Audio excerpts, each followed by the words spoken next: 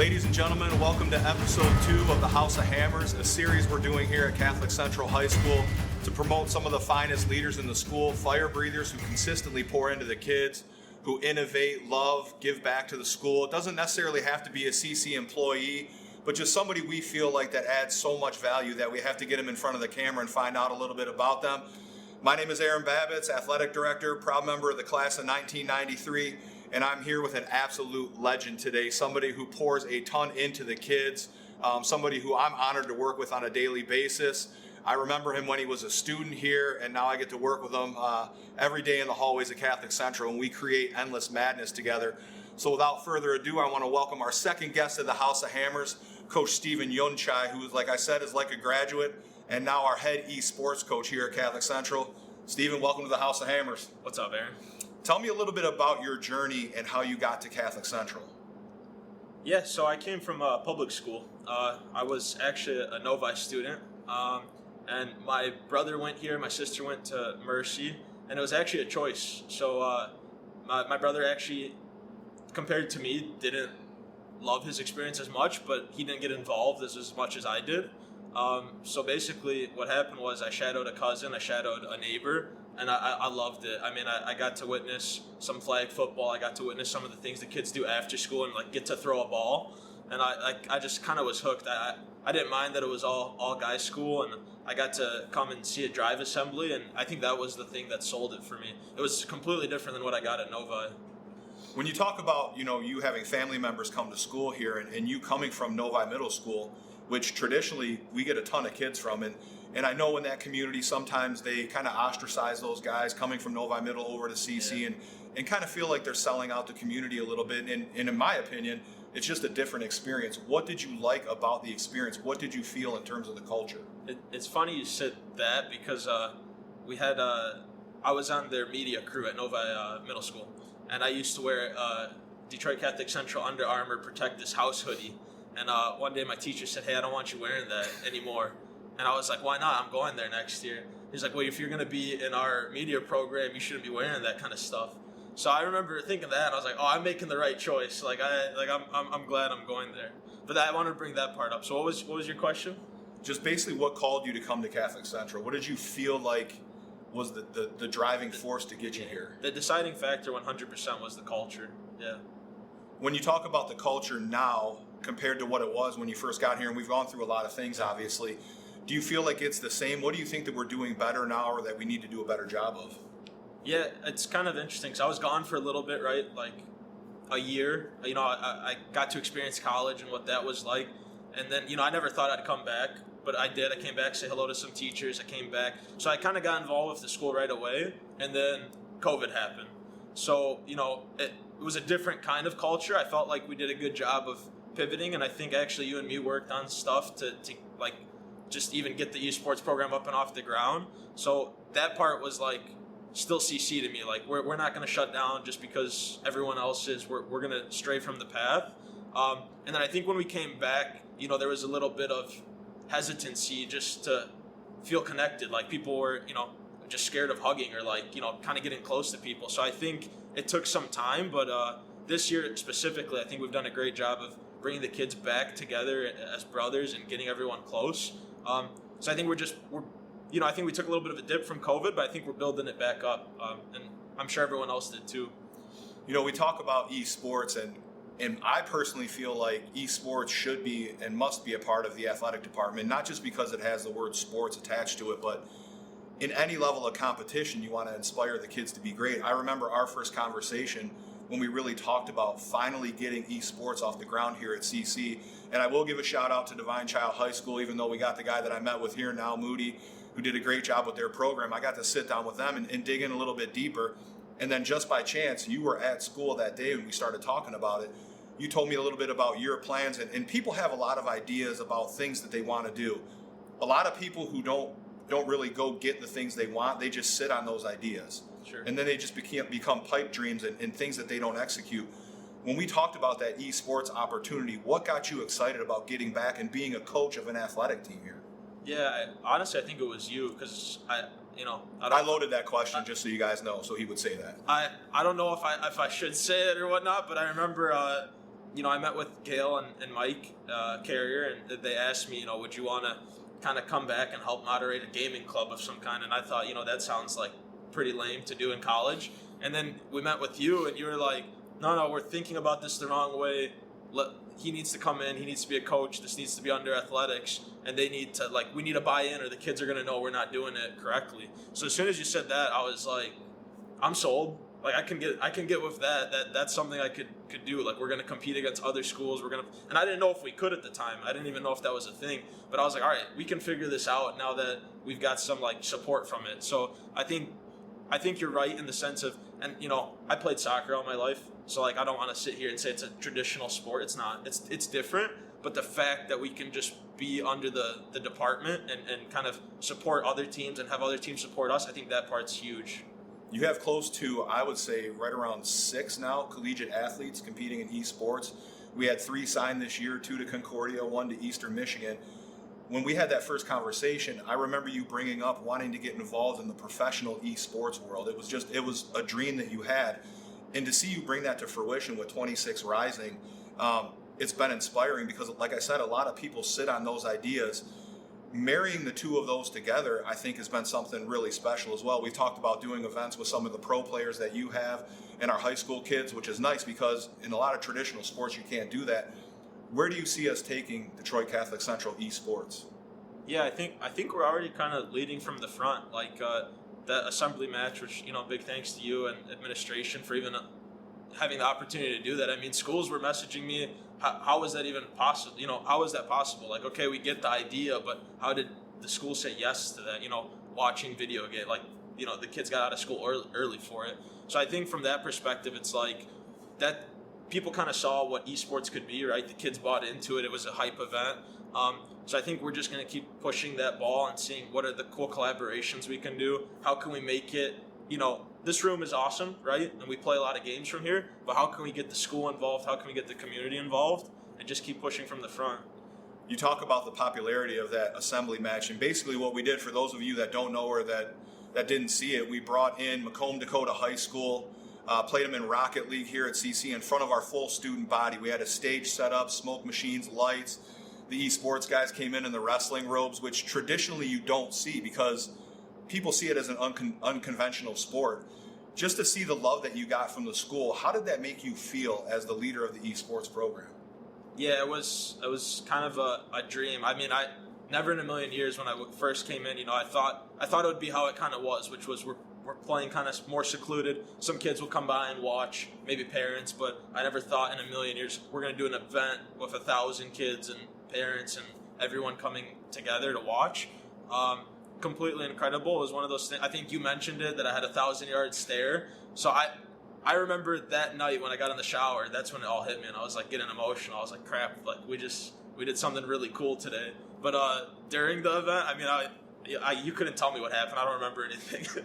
That's how you know when a sport, and like I said, it's a sport. That's how you know when a sport has arrived here, when that coach has that just locked in stare, like I told you, and you were so focused throughout the course of that day, and just you telling me how excited the kids were.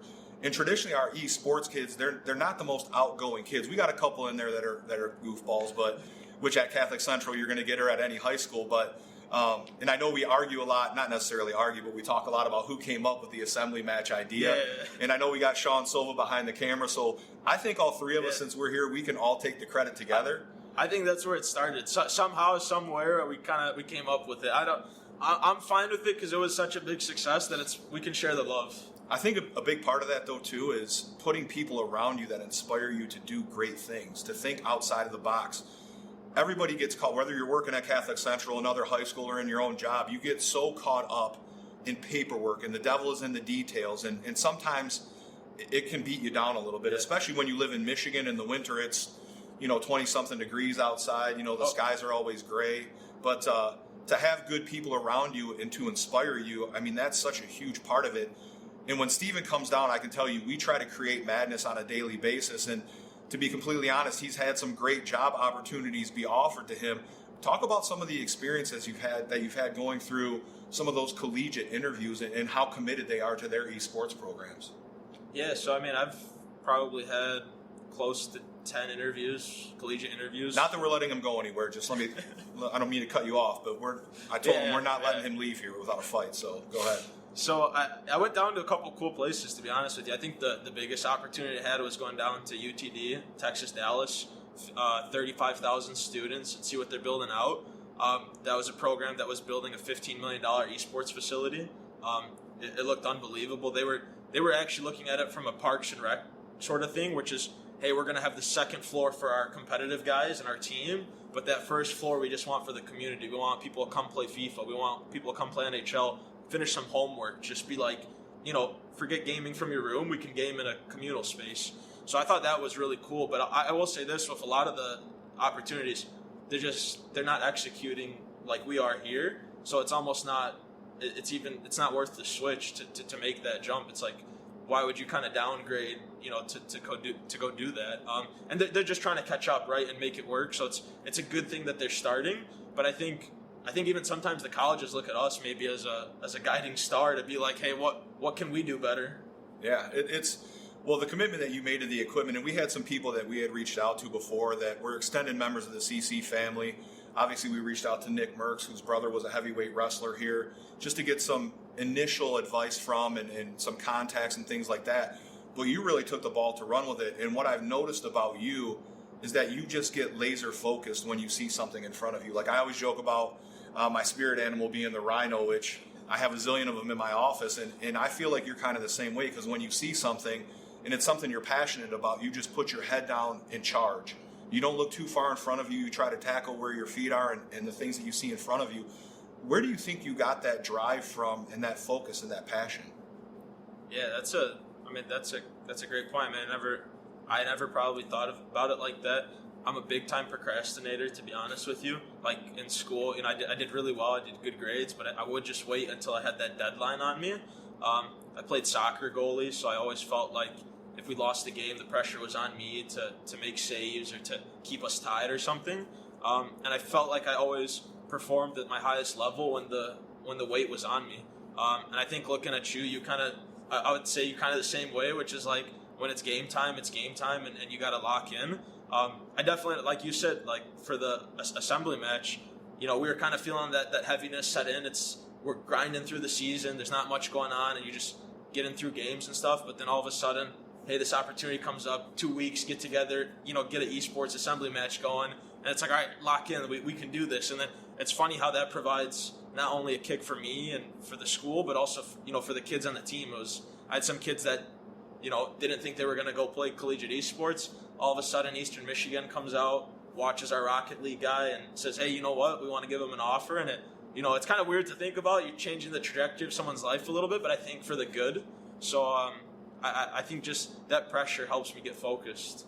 In any level of mentorship, you have to have family support, especially when you have a passion. Esports, kind of unconventional, probably not the path your family saw you going down or were hoping you would go down. How have they been when you start to tackle this a little bit more? Now you're running a professional team. You're the head coach of our program that's won multiple championships. I know we're working on our first national title. You and I just talked about ordering championship rings when that happens. So for me, and I know for you, it's not a matter of if, but a matter of when we bring that first national title home. How has your family viewed your journey since you took over and really absorbed this esports experience? Yeah, it's funny you say that. I mean, my sister went to Ann Arbor. She got her pharmacy degree. My brother went to Dearborn, got his business degree. They both are in, really good, secure jobs. And I think for me, they were thinking, hey, he's pretty smart. He's going to be a doctor. He's going to be something, something a little bit, like, I guess more traditional, or a lawyer or something like that. So I think I really shocked them a little bit when I said, hey, you know what, I think this is something that, forget the money about it. I got a passion for it, and I want to execute at a high level, and I'll care about the money later. So, I made some moves when as a young person, I felt free to make some risky moves and stuff. So I was like, hey, the CC opportunity sounds good. I know it's a little bit different. I don't know where it's going to take me, but let's give it a shot and let's run with it. And I think at first they were pretty nervous. Like, all right, well, how is this all going to work out? Is this really something that's viable? But then they start to see the progression of things, right? Where it's like, all right, he's starting a team, and there's people that come up and say, oh my goodness, are you the guy from 26 Rising? Are you the guy from CC? And I think they started to see some of that stuff, and also like having them come out to the assembly match and see it in person. I think all these events that we've done leading up that they've been a part of, that they've really got to see like, all right, we need to let him kind of live with this, because this is something cool that is kind of trailblazing, so it's different. But yeah, I think there's still that small part of them where like, he might go back and get his law degree or something, which I'll leave on the table to make them happy and stuff. Yeah. The one thing is, too, and if I can give our guys any advice, and anybody out there that watches episode 2 of this, you can't take money with you when you die. Everybody thinks that they have to get this big, grandiose job that comes with this big, fat paycheck. Money also doesn't buy happiness, and it's not like you're getting rich coaching esports here. But I feel like the engagement that you get with the kids and a lot of the adults here is what we talk about filling your bucket. You know what I mean? Like, what do you think that you do special with our guys, and make it a little bit selfish? What do you think sets you apart as our head coach, and what do you feel like makes you great when it comes to filling their buckets? Yeah, I think I'm really close with my guys, to be honest with you, and I think it's because I'm a grad here and it's been, you know, not too far removed. I mean, I remember my first year of coaching, I was coaching some of my friends. It was like Caleb White, like we're boys outside of this, so that was a fun opportunity, and obviously there's some chirping involved in that, and you know, it's expected of the territory, and now I'm starting to get to the age where I'm maturing a little bit more, and kind of, you know, the younger guys, there's a big separation now, but they can still kind of ask me questions about, well, how would you deal with this, or how would you deal with that? And, you know, I always tell them, for whatever reason, if you're in trouble and you need to talk to someone, my door's open. You know, what do I got to do? If you don't feel comfortable talking to someone else, that's fine. At least let someone in and let someone help you, so that way you don't feel alone. Because I think that's when people make their worst decisions or feel the worst, is when they're alone. So that's just my policy is, if you want to go chat, let's go chat. That's fine. Yeah. We talk about that a ton here, leading with love, and I think that's why you're great at what you do. And like I said, Sean Sola behind the camera, he's the same way. It's great for me because I remember Sean when he was a student. I remember when you were a student. A lot of the guys that I got to work with when they were here walking the hallways are now coworkers of mine and now heroes of mine, and people that I look up to, because just having conversations with you guys, those are the kind of things that fill my bucket. It's the relationships here. It's not necessarily the job of me being the athletic director. You know, when these guys joke about like, oh, when I was younger, I used to take chances and stuff. Let's not act like you're old, like you don't have a stitch of gray hair, like full beautiful head of hair, still playing soccer goalie in some rec leagues. So you're still highly active. Let's maybe take it easy on that. When I was younger, I used to take chances. Because there's still way more ahead of us than that. You know, this is a part of the segment where I like to get off topic a little bit. When you bring in these younger employees, you have to find a common ground with them, and it can't be all talk about Catholic Central. So Steven and I uncovered a mutual love of shoes. Ironically enough, my first guest, Tony Jones, same thing, big Nike guy, impossible to get him to switch. Now he's at Alabama. All he sends me is like full closets of Nike stuff and new shoes that he got. Here's my question to you. And you can choose any brand you want. You know, I'm a big Adidas guy, and I know we have a mutual love of Adidas, but what's your go-to shoe? So honestly, and it's messed up because I kind of destroyed them by running in them, but those Ultra Boosts you got me, the glow-in-the-dark ones, have still today been my favorite shoe.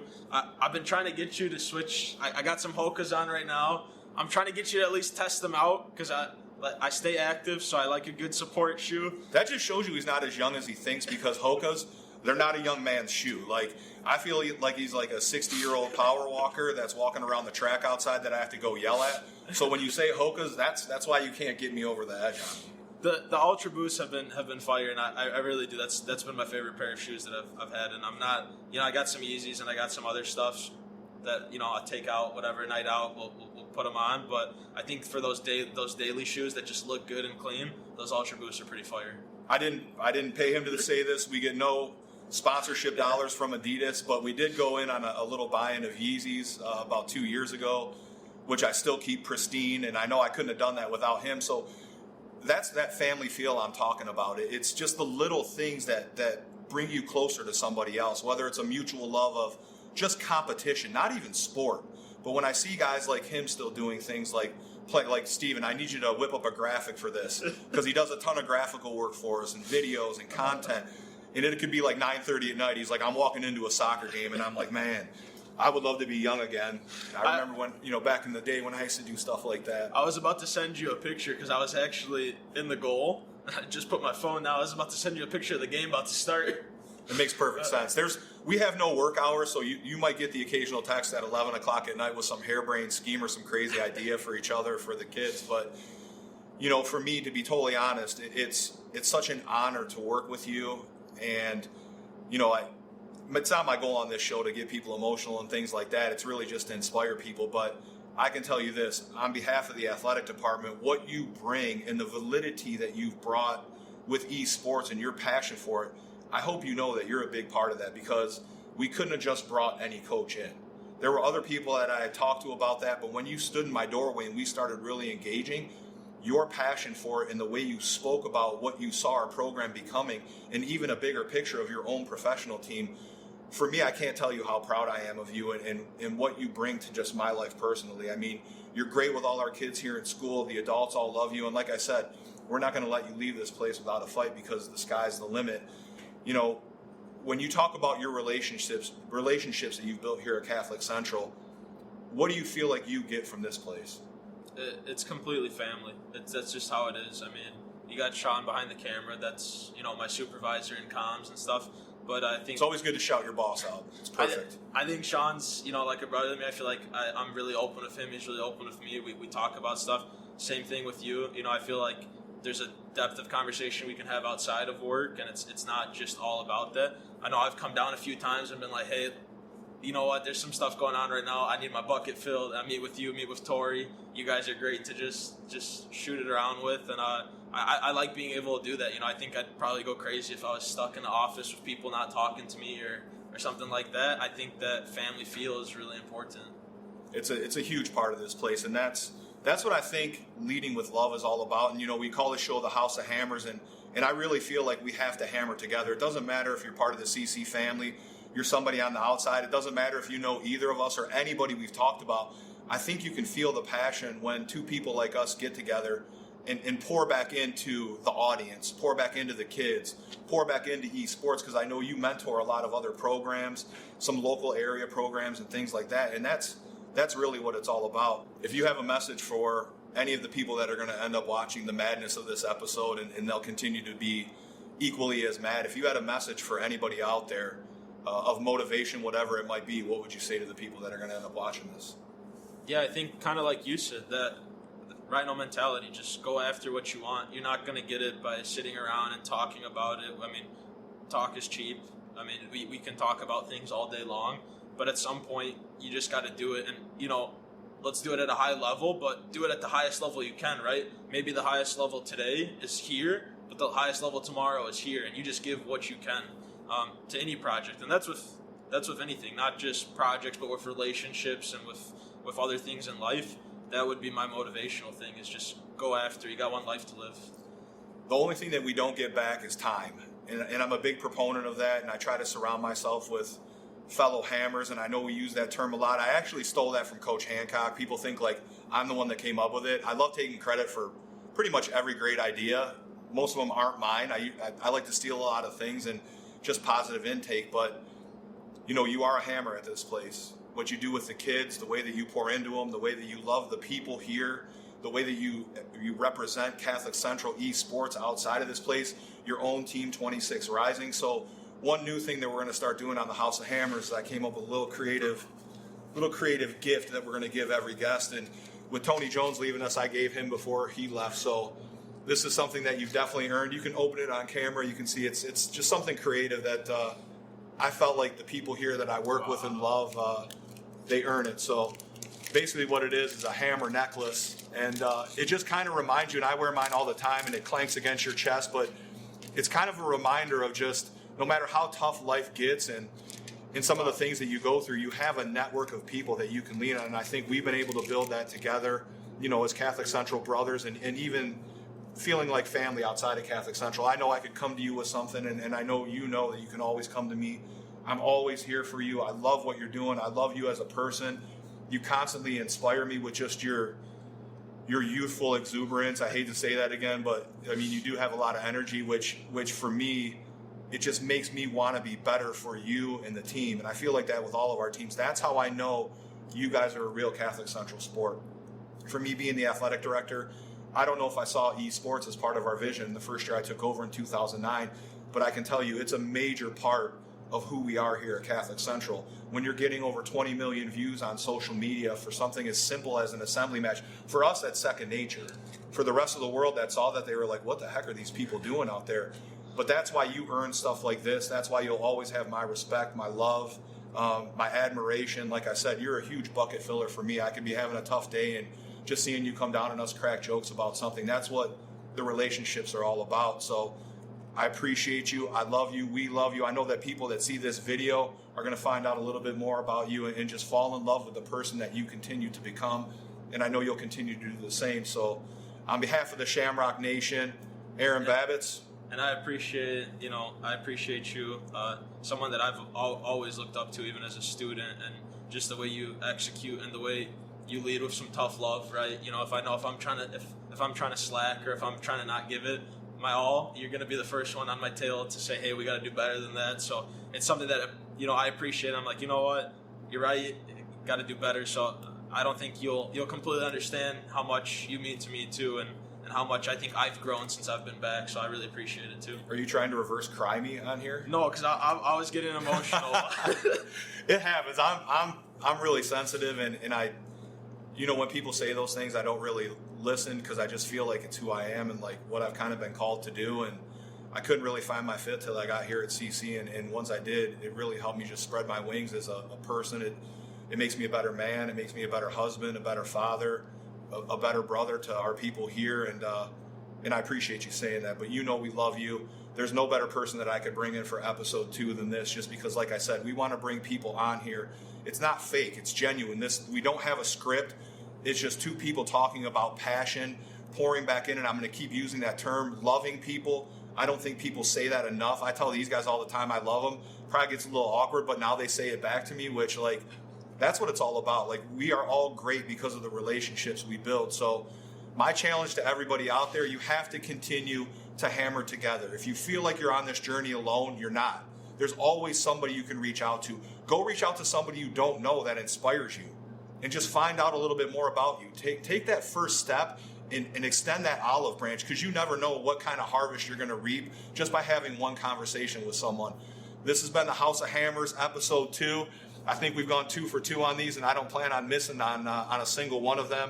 Steven, we love you. We're going to keep you here as long as humanly possible, even if I have to chain you to one of the chairs here in our beautiful esports room, which will continue to grow. We're not done yet with blowing the doors off this program.